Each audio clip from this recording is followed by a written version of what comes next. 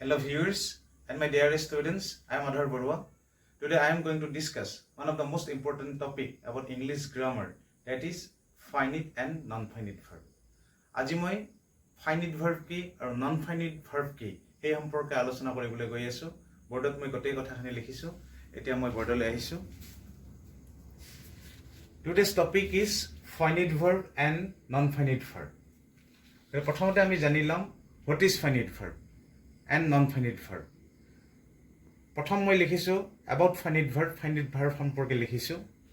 প্ৰথম পইণ্টটো হ'ল in English grammar a finite verb is a form of verb that shows agreement with a subject. ইংৰাজী ব্যাকৰণত finite verb এনেকুৱা এটা verb যিটো ভাৰ্বৰ সাবজেক্টৰ লগত এগ্ৰিমেণ্ট থাকে নাইবা সম্পৰ্ক থাকে and is marked for tense আৰু সেইমতে আমি সেই বাক্যটোৰ টেন্সটো আমি উলিয়াই লওঁ। এটো finite verbৰ প্ৰথম লক্ষণ। এটা দ্বিতীয় যেটো লক্ষণ নাইবা দ্বিতীয় যেটো পইণ্ট সেই সম্পৰ্কে আমি আলোচনা কৰিছো about finite verb আৰু হেতু হল if there is one verb in a sentence that verb is finite. এটা বাক্যত যদি মাত্ৰ এটা verb থাকে তেতিয়াহলে সেই ভাৰ্বটোক আমি কি বুলি কম finite verb বুলি কম। Number 3, a finite verb is the main verb in a sentence.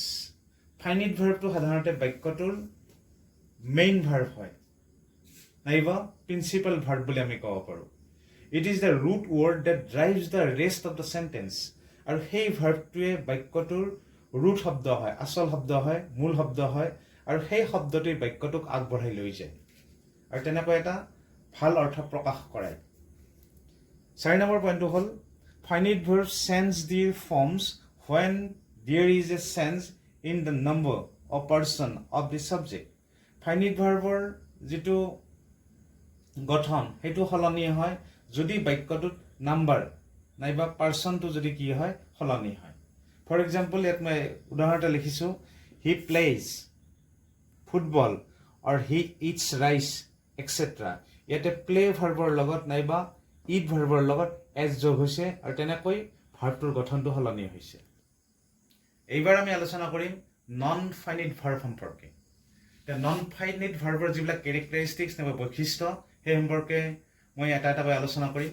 প্ৰথমটো হ'ল non-finite verbs do not change the forms when the number or person of the subject changes. It is very important. Non-finite verbs do not change their form. Non-finite verb বিলাকৰ শব্দৰ গঠনটো সলনি নহয়। আমাৰ finite verbত সলনি হয় কিন্তু ইয়াতে সলনি নহয় when the number or person of the subject changes. কিবা কাৰণত সাবজেক্টৰ নাম্বাৰ নাইবা পাৰ্সন যদি সলনি হয় সিঙ্গুলাৰ পৰা যদি প্লুৰেলো হয় তথাপিও কি নহয় সলনি নহয়। There are mainly 3 types of non-finite verbs. প্ৰধানকৈ non-finite verbৰ ভাগ আমাৰ তিনিটা। সেই তিনিটা ভাগ আমি খুব মানে ভালকৈ জনা দৰকাৰ। প্ৰথমটো হ'ল ইনফিনিটিভস, দ্বিতীয়টো হ'ল gerunds, তৃতীয়টো হ'ল participles. এতিয়া আমি 2 নম্বৰ যেটো characteristics non-finite verbৰ সেই সম্পৰ্কে আমি আলোচনা কৰিম।